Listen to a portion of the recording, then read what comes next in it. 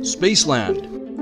It may look like XCOM, but I would instead call it a simple but good top-down isometric turn-based strategy game / problem or puzzle solver.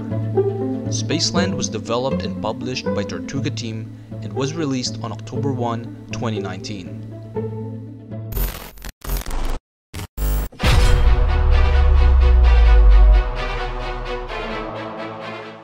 It's mostly a linear progression in Spaceland, but I do kinda like how each level is designed and played.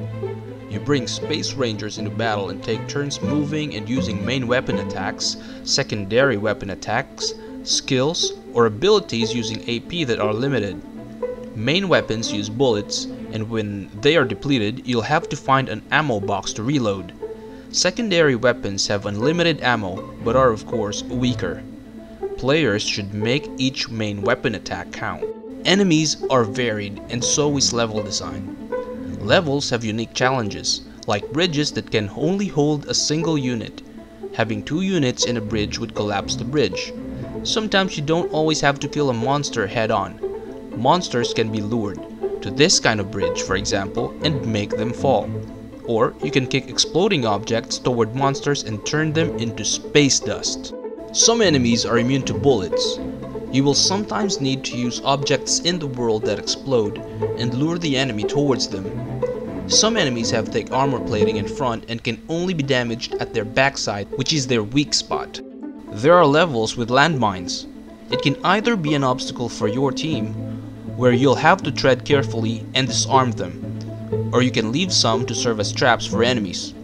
Obstacles, traps, and other objects not only affect your characters, but it also affects your enemies. There are 2 difficulties, easy and normal. If you're having a hard time and want to acquire all the chips in a level fast, then switching to easy mode is a viable strategy to easily complete the chips. On certain levels that you'd want to rush but can't complete the chips on 1 or 2 playthroughs, try the easy mode. The rewards are the same as in normal difficulty. Be warned, in later levels, the difficulty combined with puzzle solving increases. Levels can be repeated, but the downside to this is every time you replay a level, what the AI does is the same and objects are all on the same places.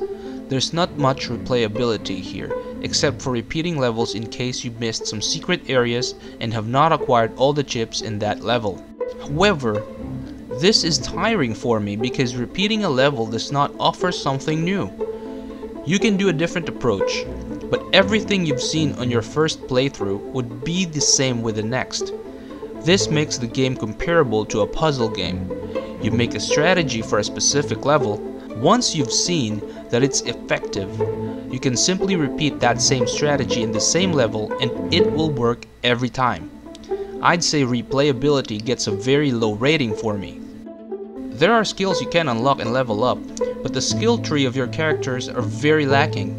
If you plan on making complex character builds, there is none here. Your characters each have their own roles they play, such as a healer, a fast-moving scout, and a demolitions expert.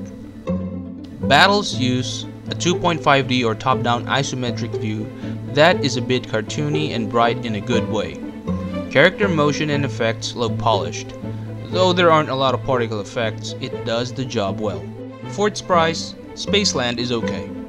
If you like a challenge and only play the game on normal, and you also like solving puzzles, then you'll get most out of this game. It is nowhere near XCOM though, and it's not the type of turn-based strategy game where you have plenty of options to strategize.